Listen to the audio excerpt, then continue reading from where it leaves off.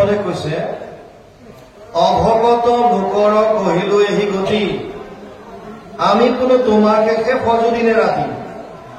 যিসকল অভগত সেইসকলক কি হব ইয়াত প্ৰথমতে কলে জীবু বুলি যতেক বস্তুত কৰে আঠ নমো কালৰ ৰূপে একেদিনে কৰা নাট।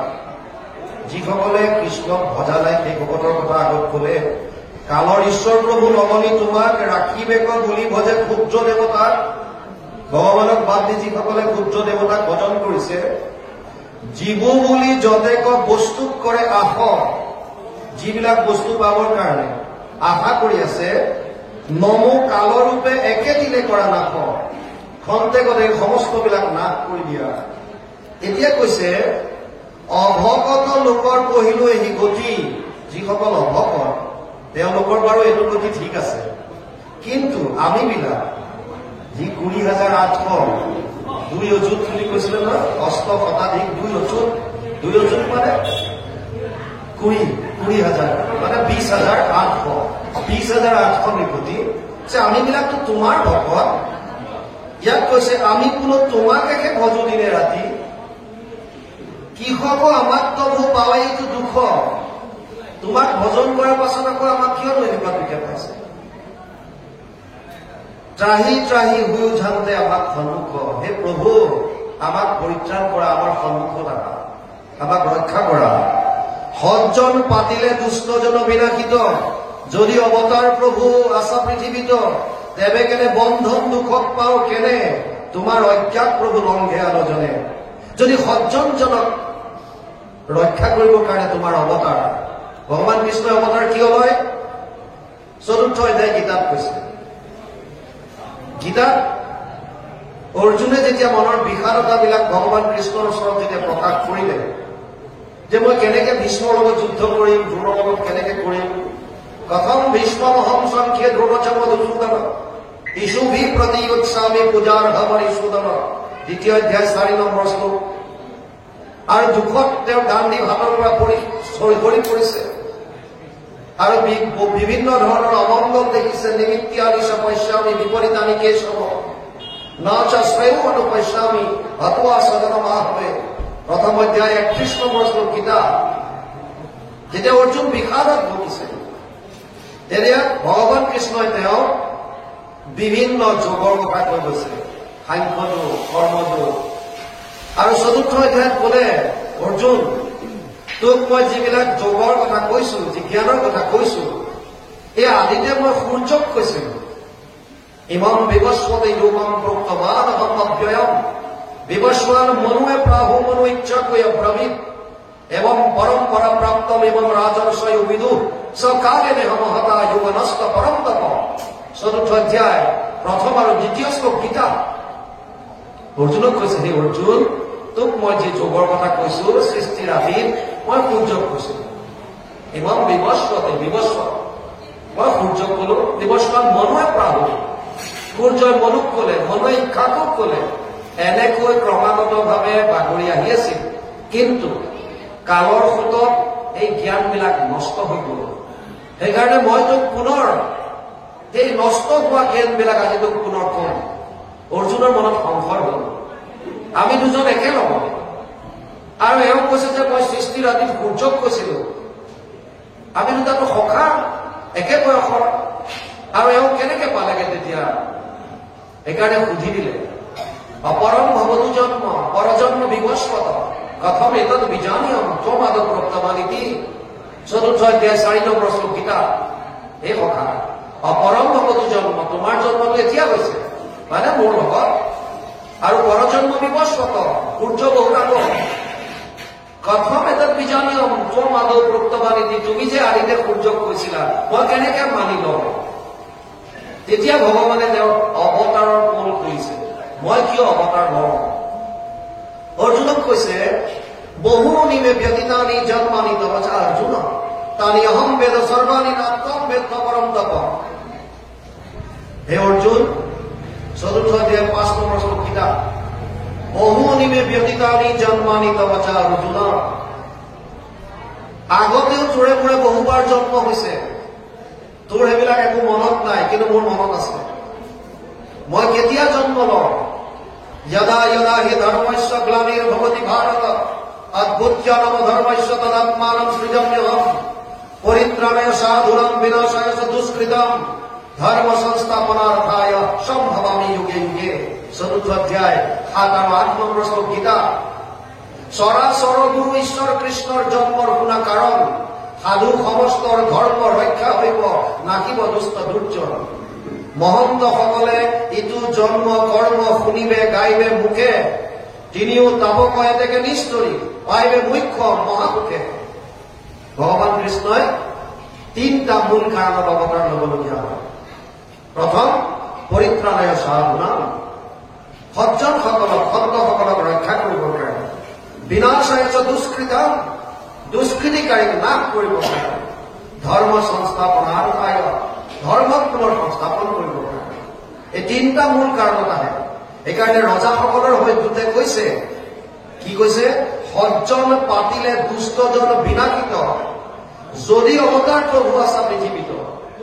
যদি সজ্জনসকলক ৰক্ষা কৰি দুৰ্জনক বিনাশ কৰিবৰ কাৰণে তোমাৰ যদি অৱতাৰ হৈছে, তেতিয়াহ'লে তেবে আমি বন্ধন দুখন পাওঁ কেনে তোমাৰ আজ্ঞাক প্ৰভু লংঘে আনজনে। তেতিয়াহ'লে আমি কিয় দুখ পাইছো? আমিতো সন্ত, আমি সজ্জন, তোমাৰ নামেই শৰণ, তোমাৰ শৰণ লৈছো, তোমাৰ বাহিৰে বেলেগৰ কথা চিন্তা কৰা নাই। গতিকে আমি কিয় কষ্ট পাবলগীয়া হৈছে? এইটো 20,800 ৰজাৰ হৈ পেলাই এই মানুহ হিচাপে এজন উত্তম মনুষ্য যি দূত হিচাপে পঠাইছে, এই দূতজনে দ্বাৰকাত ভগৱান কৃষ্ণৰ ওচৰত প্ৰকাশ কৰিছে। কি কৈছে আৰু?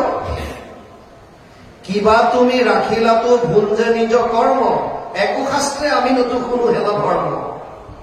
কিবা তুমি ৰাখিলেও, তুমি কৃপা কৰাৰ পাছতো নিজৰ কৰ্মফল ভোগ কৰিব লাগে, এনেকুৱা ক'ৰবাত লিখা আছে নেকি? এনেকুৱাতো আমি কোনো শাস্ত্ৰত পোৱা নাই। নুইকে উচিতিটো বোলা বলো আমি দৰে তুমি তুষ্ট হইলে দুখ পাৱে কোনো নৰে। হে প্ৰভু, তুমি যদি সন্তুষ্ট হোৱা তেতিয়া কোন মানুহে দুখ পাব পাৰা? গতিকে আমাৰ ক'ৰবাত কিবা অপৰাধ হৈছে নেকি? এইখিনি তেওঁলোকে সুধিব বিচাৰিছে।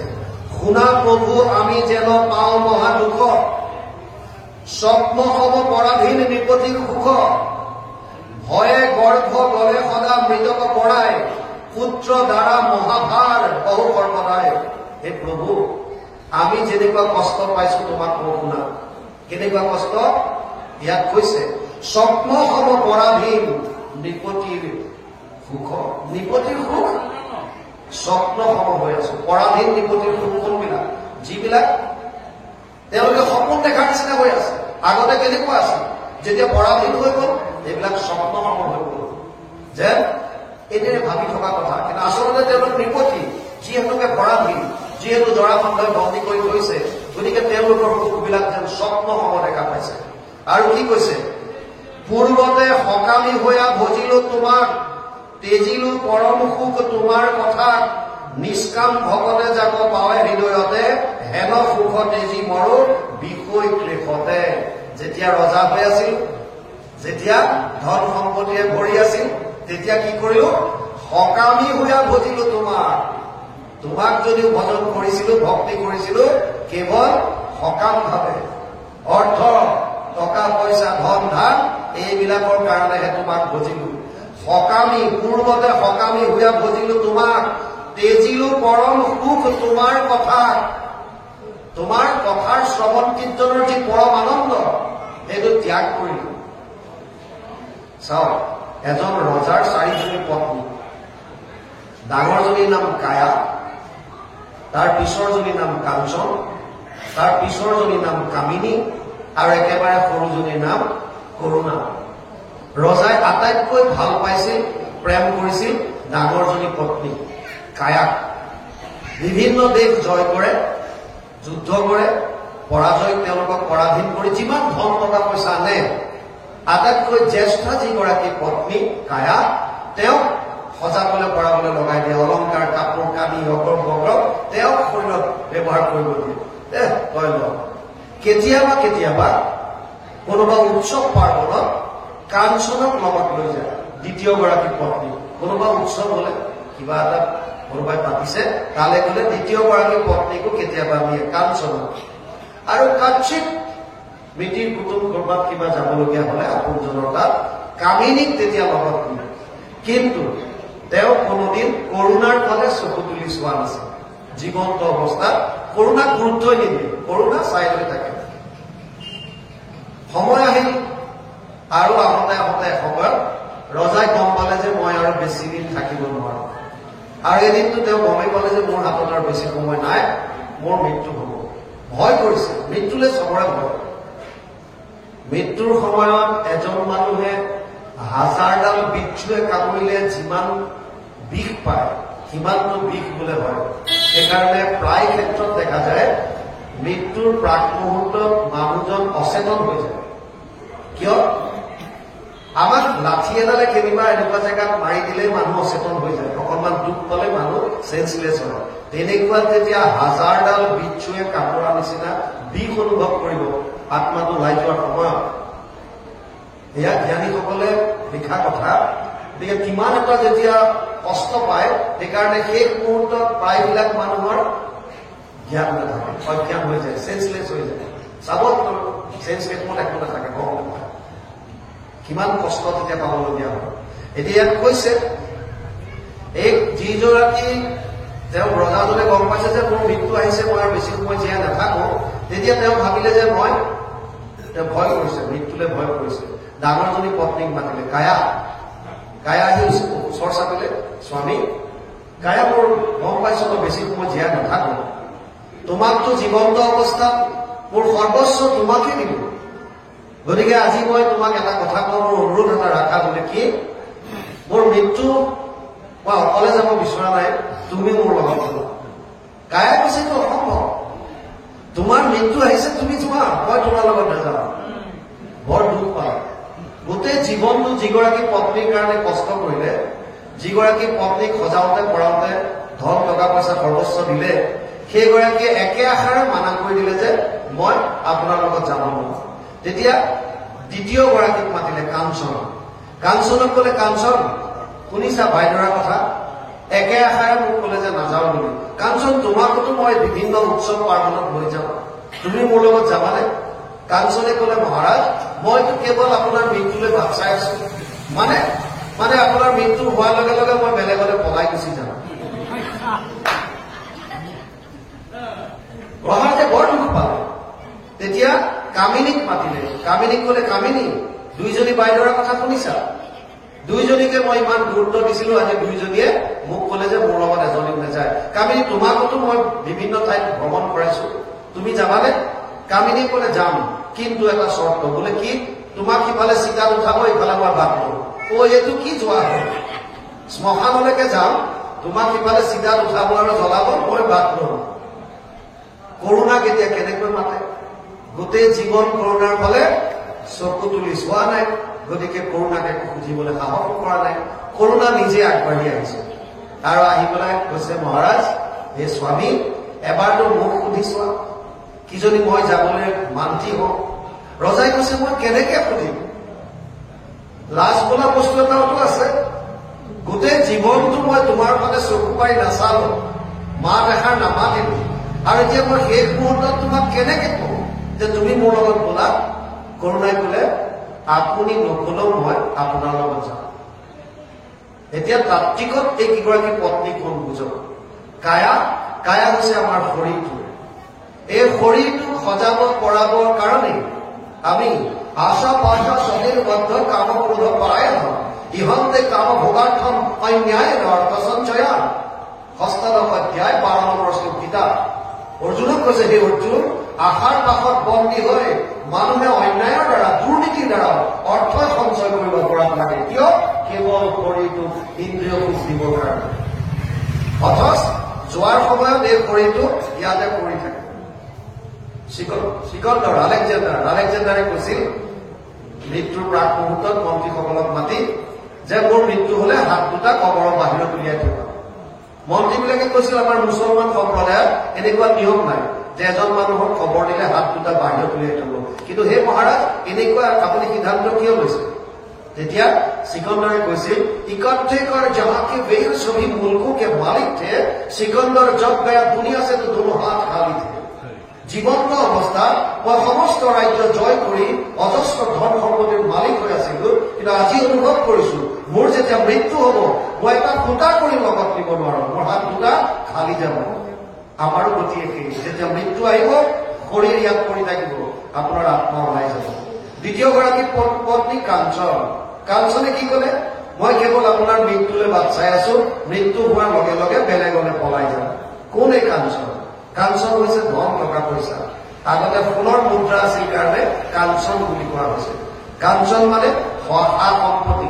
আপোনাৰ মৃত্যুৰ লগে লগে আপোনাৰ নামত থকা একাউণ্ট, ধন টকা পইচা, সা সম্পত্তি আপোনাৰ নমিনী অৰ্থাৎ উত্তৰাধিকাৰীলৈ ট্ৰেন্সফাৰ হৈ যাব, আপোনাৰ নামত নাথাকে। আপোনাৰ মৃত্যুৰ লগে লগে আপোনাৰ নামত থকা ঘৰ দুৱাৰ টকা পইচা বেংক বেলেঞ্চ চব আপোনাৰ নমিনীলে ট্ৰেন্সফাৰ হ'ব, তাৰমানে বেলেগলে পলাই যাব। কামিনী কোন? কামিনী হৈছে মিতিৰ কুটুম, গাঁৱৰ মানুহ। তেওঁলোক কলৈকে যায়? শ্মশানলৈকে যায়, গৈ বিৰাট দুখ কৰে, কুচি কাটি থাকে চিতা। আৰু বেচেৰাটো বৰ ভাল আছিল, বিপদে আপদে মাত খাৰ দিয়ে, বৰ ভাল মানুহ আছিল। কিন্তু আহি পেলাই পত্নীক কব যে হেৰা ৰাতিপুৱাৰ পৰা মানে চাহ একাপ ভালকে খাবলৈ পোৱা নাই, অকমান চেনি অকমান বেছিকে দি চাহ একাপ ভালকে কাৰাকে বনাই দিয়া, এইটো দুখ পাহৰি না। কৰুণা কোন? কৰুণা হৈছে পৰমাত্মা, ভগৱান, যাক জীৱন্ত অৱস্থাত আমি নাম লবৰ কাৰণে সময় নাই। আমি 10 মিনিট সময়, আধা ঘণ্টা সময় তেওঁৰ কাৰণে দিব নোৱাৰো। কেৱল ধন টকা পইচা, পুত্ৰ পৰিবাৰ, ঘৰ দুৱাৰ, ইয়াকে লৈ গোটেই জীৱন ব্যস্ত হৈ আছো। অথচ এয়া একো বস্তু আপোনাৰ লগত নাযায়। যদি কোনোবা যাব তেতিয়াহ'লে কেৱল আত্মাৰ লগত পৰমাত্মা যাব। দ্বা সুপৰ্ণা সয়ুজা সখায়া সমানম বৃক্ষম পৰিষদোৱা যাতে তয়োৰণ্যম বিপদাদ স্বাদস্তি অস্নানান্য অভিসাক্ষীতি। এক বৃক্ষে দুই পক্ষী, ৰূপে দুইটো সম দেখি, দুইৰো দুই সখা নিৰন্তৰ। এক বৃক্ষে ফল খায়, তবনিতে শুকাই যায়, নাখায় যিটো সিটো গুণে ভৰ। সেহি তুমি পৰমাত্মা জীৱৰ লগত আছা, কৰ্মফল নকৰা ভোজন। জীৱাত্মাও আছে তাতে, মায়া অহংকাৰ মতে কৰ্মফল কৰ্ম ভোজন। কেৱল আমাৰ লগত যাব পৰমাত্মা, আৰু সেইজন ঈশ্বৰৰ প্ৰতি আমি জীৱন্ত অৱস্থাত আমাৰ দিবলৈ সময় নাই। সেইকাৰণে ইয়াত বৰ সুন্দৰভাৱে কৈছে, পূৰ্বতে সকামি হুয়া ভজিলো তোমাৰ, তেজিলো পৰম সুখ তোমাৰ কথা। নিষ্কাম ভগতে যাক পাৱে হৃদয়তে, হেন সুখ তেজি মৰ বিষয় ক্লেশতে। যি নিষ্কাম ভগত তেওঁলোকেতো তোমাক হৃদয়তে পায়। দেৱৰ ঈশ্বৰ হৰি তাত্ত মহাযত্ন কৰি লৈও এক শৰণ সাক্ষাৎ।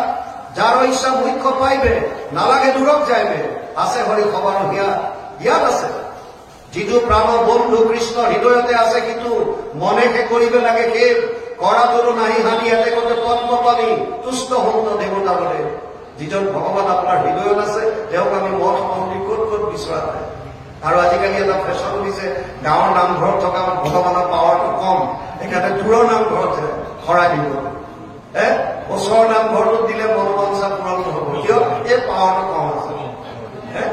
আমি দূৰত দিবলৈ যাওঁ শৰাই।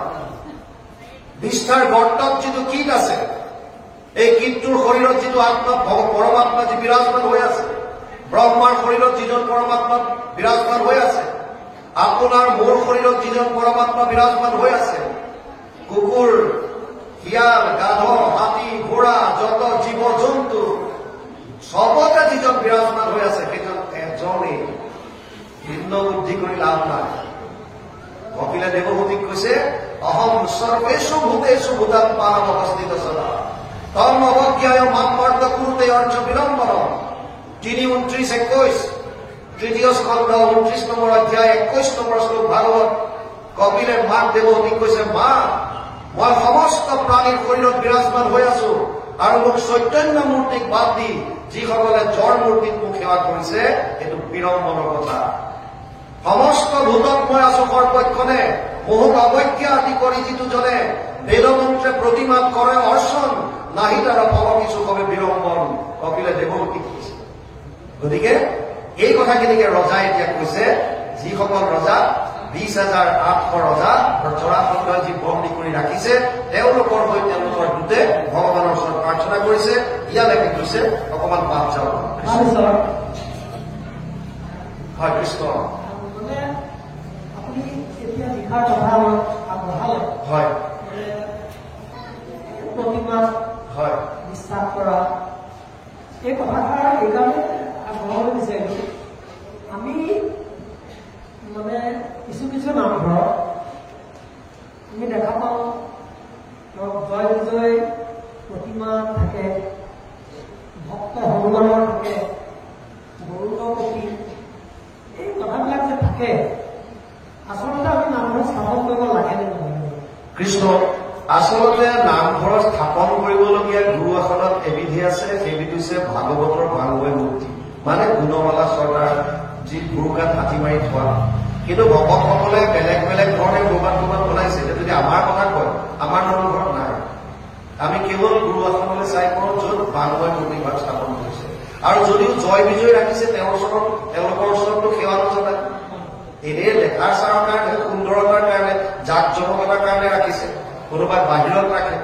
গতিকে সেইটো বস্তু মানে আৰাধনাৰ বস্তু বা ইষ্টদেৱৰ হিচাপে ৰখা নাই আপোনাৰ বৰ্তমান এতিয়া আপোনালোকে যিভাগ গুৰু আসনত স্থাপন কৰিছে এয়া নিশ্চয় তাত গুণমালা আছে বা ভাগৱত আছে বা কীৰ্তন আছে মানে বাংময় মূৰ্তি ভাগ ৰাখিছে তাৰ বাহিৰে আপোনালোকে যি য'ত ৰাখিছে সেয়া আপোনালোকৰ আৰাধ্য বা ইষ্ট বুলি আপোনালোকে নিশ্চয় নাজানে সেইটো জাষ্ট দেখুৱাবৰ কাৰণে প্ৰাকৃত ভকত বুলি কয় প্ৰাকৃত ভকতক যেনেকে সৰু ল'ৰা ছোৱালীক ক বুলি কলে কমলা এটা দেখুৱাই দিয়ে খ বুলি কলে খৰাহী এটা দেখুৱাই দিয়ে তো ডাঙৰ হব যেতিয়া তেওঁলোক তেতিয়া ক মানে কমলা বুজিবনে নাই ক মানে ব্যঞ্জন বৰ্ণৰ আখৰ এটা বুলি বুজিব বস্তুটো তেনেকুৱা সেইকাৰণে সেইটো বস্তু কোনো তাত নাইকিয়া কিন্তু মানুহে যিসকলে কৰিছে আচাৰ পৰৰ ধৰ্মত নিহিংসি বা কদাচিত বুলি গুৰুজনাই কৈছে যদি কোনোবাই তেনেকুৱা এটা স্বাৰ্থভাৱ শ্ৰদ্ধাভাৱ লৈ যদি কোনোবাই ৰাখিছে তেওঁলোকে ভাবিছে ইয়াতে আমি চাইডত দেখুৱাবৰ কাৰণে ৰাখিছো জয় বিজয়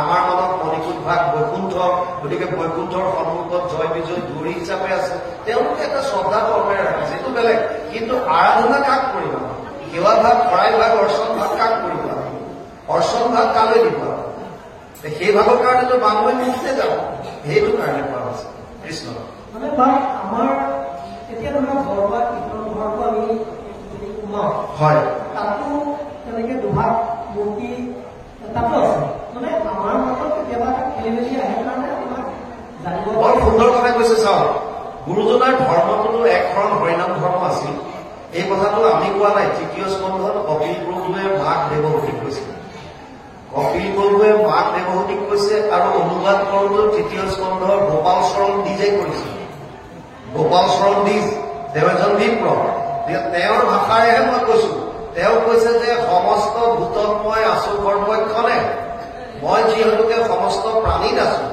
মোহক অৱজ্ঞা আতি কৰি যিটোজনে বেদ মন্ত্ৰে প্ৰতিমাত কৰয় অৰ্চন নাহি তাৰ ফল কিছু সময় বিৰম্ভ তেতিয়া কেনেকৈ সেৱা কৰিব লাগে এই কথাটো কপিলে কৈছে মাক দেৱহূতি মা অত মাম সৰ্বভূতেষু ভূতাত্মানম হৃদয়ম অৰ্হয়েদ দান মানভ্যম মৈত্ৰেয় অভিন্নেন চক্ষুষা 3:29-28 ভাগৱত তৃতীয় স্কন্ধ 29 নম্বৰ অধ্যায় 28 নম্বৰ শ্লোক ভাগৱতত কপিলে দেৱহূতিক কৈছে মা মই যিহেতু সমস্ত প্ৰাণীৰ শৰীৰত চৈতন্য হিচাপে আছো গতিকে মোক সেৱা কেনেকৈ কৰিবা প্ৰথম কৈছে দানৰ দ্বাৰা দান আপোনাৰ দান কেনেকে দিব এতিয়া জীৱ জন্তু টকা পইচা দানৰ কথা কোৱা নাই আপোনাৰ ঘৰৰ কেম্পাছত ৰাতিপুৱা চৰাই কেইটামান কৰিছে আপুনি যদি বিষ্ণু বুদ্ধি জ্ঞান কৰি সেই চৰাইকেইটাকো যদি চাউলে বুজি দিয়ে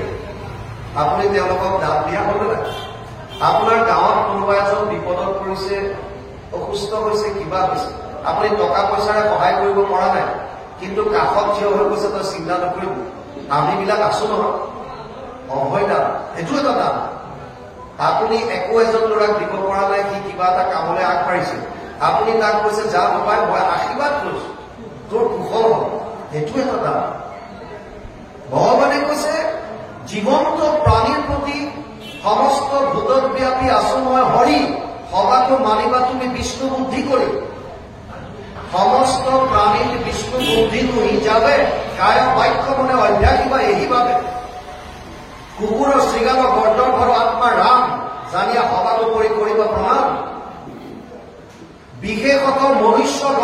ধৰে, বিষ্ণু বুদ্ধি কৰি সৰ্বদাই মান্য কৰে, ঈৰ্ষা, অসূয়া, তিৰস্কাৰ, অহংকাৰ সবে নষ্ট হৈ যাবে দাৱতখনে তাৰ। উদ্ধৱক কৈছে বৈকুণ্ঠপুৰাণৰ প্ৰাক মুহূৰ্তত।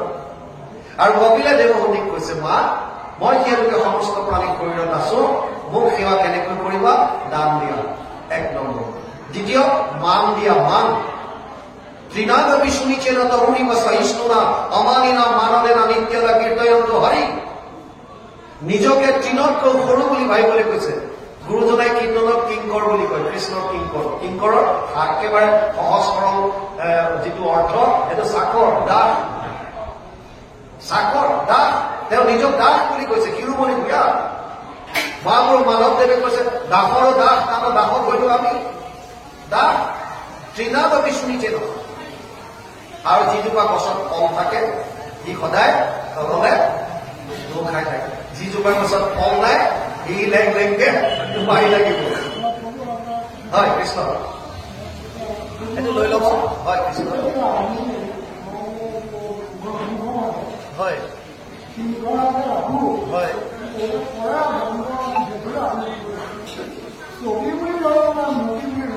মূৰ্তিয়ে সিংহৰ যেতিয়া মূৰ্তি আছে, মেইন বস্তুটো সিংহক এইকাৰণে ৰখা হয় যে নামঘৰ, নামটো সিংহ বুলি কোৱা হয়।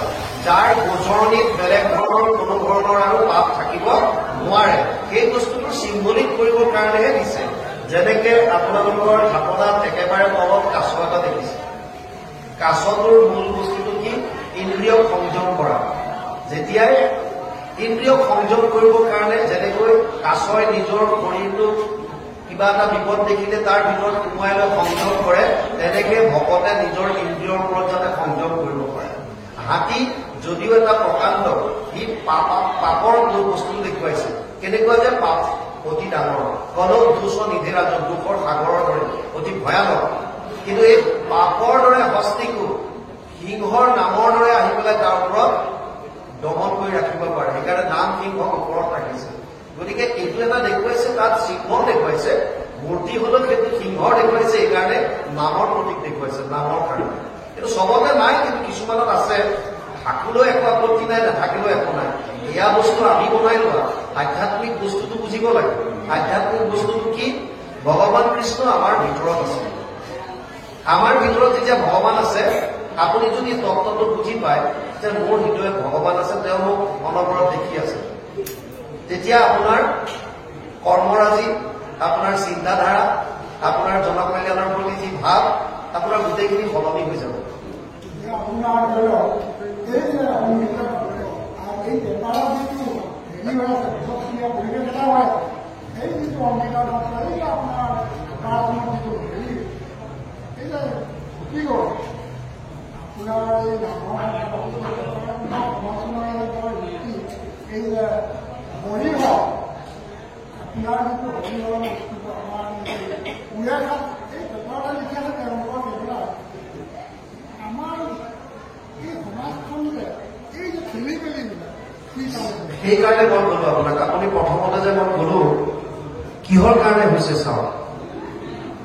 ভাগৱতৰ মতে যদি ইয়াৰ উত্তৰ বিচাৰে, ভাগৱতী কৈছে শতকোটি জন্মান্তৰে হোৱে মহাভাৱ, নৰ শৰীৰক জীৱে তেৱে পাৱে লাভ, তাকো যেবে মোৰ দায়া ধৰিলা যাক প্ৰতি, সেহিকে কৰিবে পাৰে আমাক ভক্তি।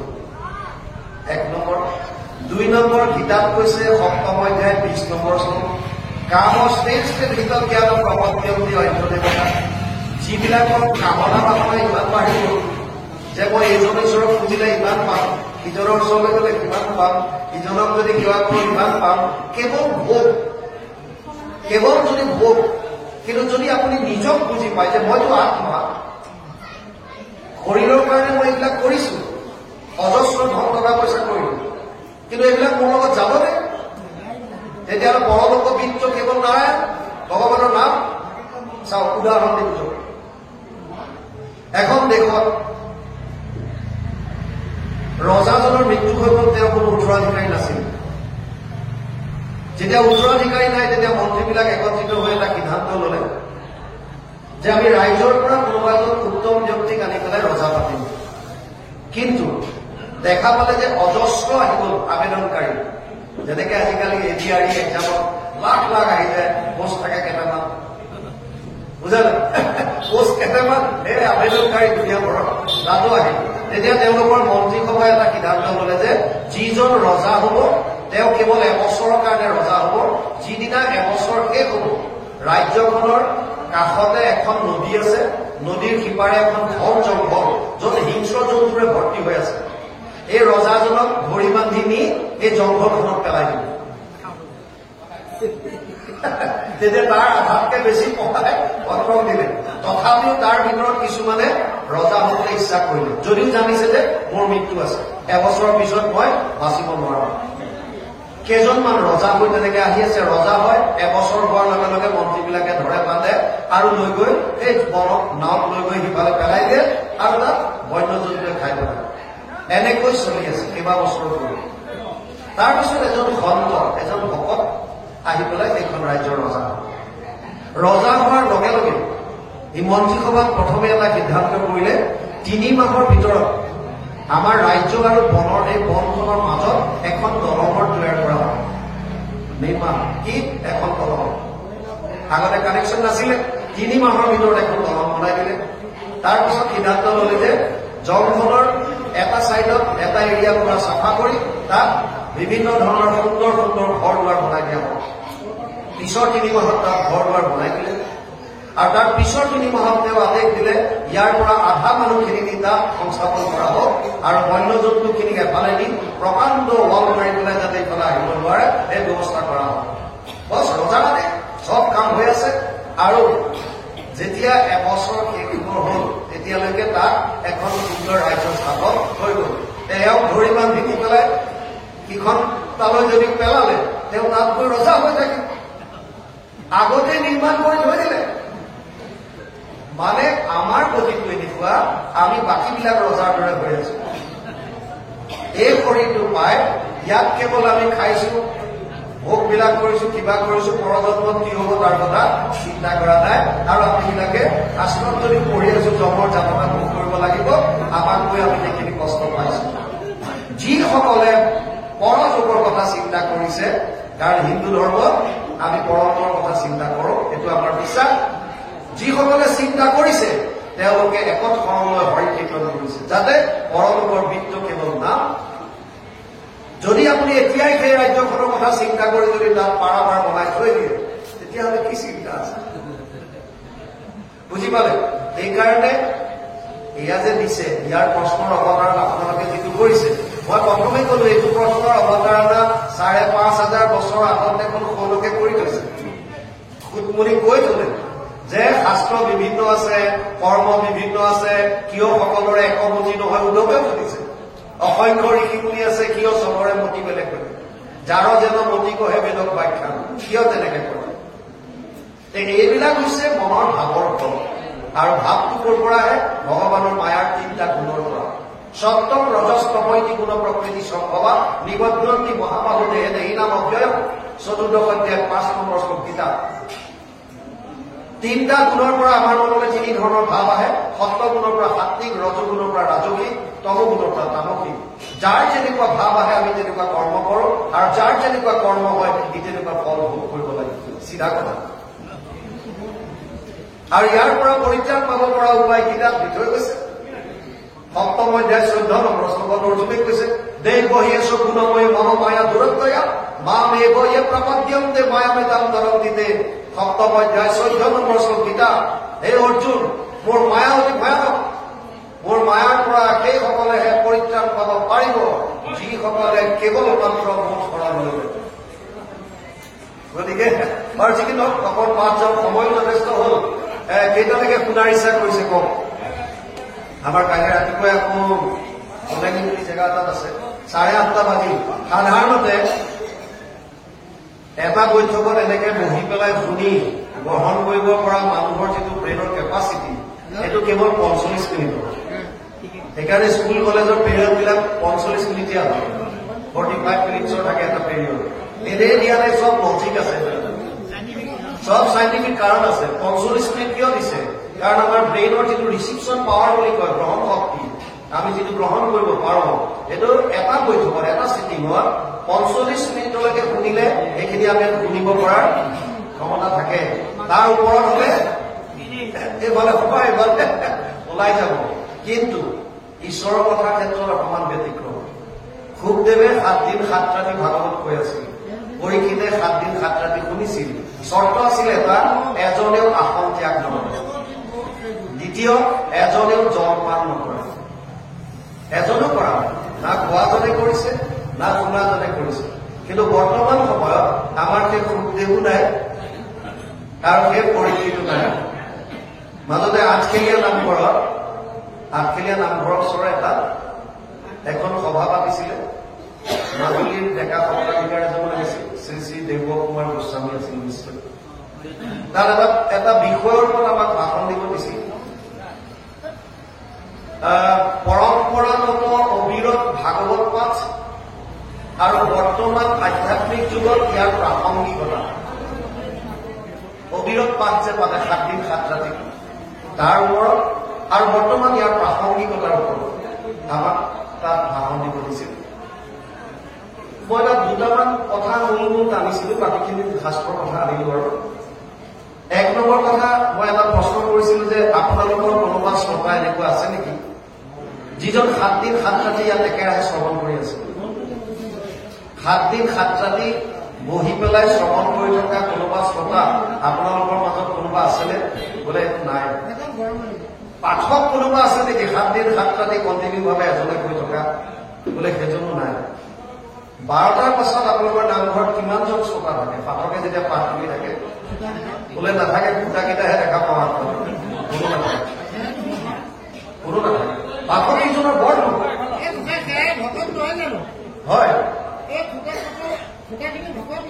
ভকত হয়, কিন্তু খুটাকেইটাক আপুনি শুনাই আছে ঠিক আছে, কিন্তু ইয়াৰ শাস্ত্ৰৰ কথাখিনি খুটাকেইটাই গম পাই কি কৰিব? নহব। সেইটোৱেতো, সেইটো হৈছে নীতি। বৰ্তমান কথা হৈছে আমি বুজিব লাগিব কি বাংময় মূৰ্তি বুলি কিয় কলে? বাংময় মূৰ্তি বুলি কলে যে ইয়াৰ পৰা আমি বুজিব লাগিব, বুজি ইয়াৰ মতে চলিব লাগিব। তেতিয়া আমাৰ লাভ হব। মানুহৰ জীৱনটো পাই যদি আমি নিজক যদি উত্তৰণ নঘটাও তেতিয়াহ'লে কি লাভ হব? এতিয়া বৰ্তমান সমাজত বেছিকৈ লাগি আছে আমাৰ কিহৰ ওপৰত কাজিয়া? নীতিৰ ওপৰত। নীতিখিনি মানুহে পাতি লোৱা, চব মানুহে পাতি লোৱা। আমি ইজনে সিজনৰ ওপৰত বৰ্তমান আৰোপ কৰিছো। তাতে আমি ৰৈ থাকোতে চেলেঞ্জ চাদৰ পাই দিলো। তাৰ ওপৰেদি এজন মহামান্য এজন আহিছে। আমি হাত জোৰ কৰি কৈছো তেখেতক যে চাওক, চেলেঞ্জ চাদৰ আৰু গামোচা এই দুখন আমাৰ অতি সন্মানৰ বস্তু। ইয়াৰ ওপৰত ভৰি দিয়া শ্ৰদ্ধা সহকাৰে পাৰি দিছে, ভকতৰ পদমূলা লব। কিন্তু আমাৰো এটা কৰ্তব্য আছে। আমি চেলেংখন গামোচাখনত ভৰি দি যাব পাৰিম নে বা পাৰো নে নোৱাৰো, এইটো নিজৰ বিচাৰ ধাৰা কথা। মই কাকো একো কোৱা নাই, কিন্তু মই কৈছো যে আপোনালোকে বিচাৰ কৰি চাব। চেলেংখনৰ ওপৰত গামোচাখনৰ ওপৰত ভৰি দি পেলাই আপুনি যোৱাটো কিমান দূৰ সমীচীন, এইটো আপোনালোকে চাব মানে চিন্তা কৰিব। আমি তৰ্ক কৰি লাভ নাই, কিন্তু বিজ্ঞানসন্মতভাৱে বস্তুবিলাক জুকিয়াই চাব লাগে। হৈছেনে? হয় হয় হয়।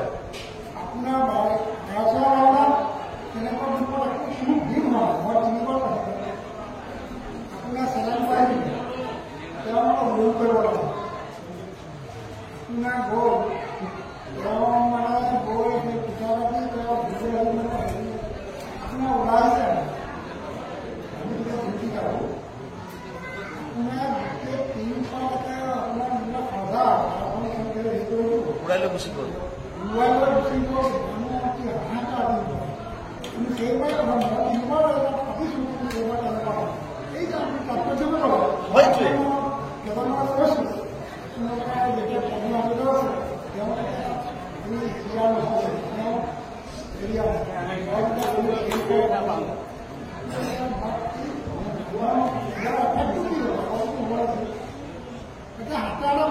সেয়াই তাৰ মানে চাওক, এতিয়া আপুনি সেই কথাটো কোনোবাই হয়তো আপোনাৰ লগত একমত নহবও পাৰে। সেইটোৱে আমাৰ সেইখিনি সাধ্য নাই, আমাৰ সেইখিনি দৃষ্টতা নকৰোঁ, কিন্তু আঙুলিয়াই দিয়াটো আমাৰ কৰ্তব্য। তেতিয়া আমি তেওঁলোকক এটা কথা কলো যে আপোনালোকে 7 দিন 7 ৰাতি যদি পৰম্পৰাগতভাৱে কৰিছে তাত একো নাই কৰক, কিন্তু আপোনালোকে যদি এটা কাম কৰে দিনটোত যিমান পাঠ হ'ল সন্ধিয়া যদি 3 ঘণ্টা আপোনালোকে কোনোবা এজন আলোচক আনি সেই পাঠখিনিৰ ওপৰত যদি আলোচনা এটা আগবঢ়াবলৈ দিয়ে তেতিয়াহ'লে আপোনালোকৰ অঞ্চলৰ যিখিনি ৰাইজ আছে শ্ৰোতা আছে তেওঁলোকে ভাগৱতত কি হৈ আছে বুজি পাব। যদি অকল পাঠ কৰি থাকে একো যদি বুজি নাপায় তেতিয়া অনুষ্ঠান এটাৰ বাহিৰে বাকী কি হ'ব তাৰ কওক। মানে সেইকাৰণে যদি ইয়াত একো আপত্তি নাই, মই ক'লো যে আপোনালোকে 7 দিন 7 ৰাতি কৰিছে কৰক, কিন্তু যিখিনি পাঠ হয় তাৰ ওপৰত যদি কোনোবা এজন আলোচক আনি পেলাই অকণমান যদি কয় যে আজি আমাৰ ইমানৰ পৰা ইমান পৃষ্ঠালৈকে গ'ল, আপুনি এইখিনি কি হ'ল থুলমূল আমাক অকণ বুজাই দিব, তেতিয়া আমি ভাবো মানুহখিনি উপকৃত হ'ব।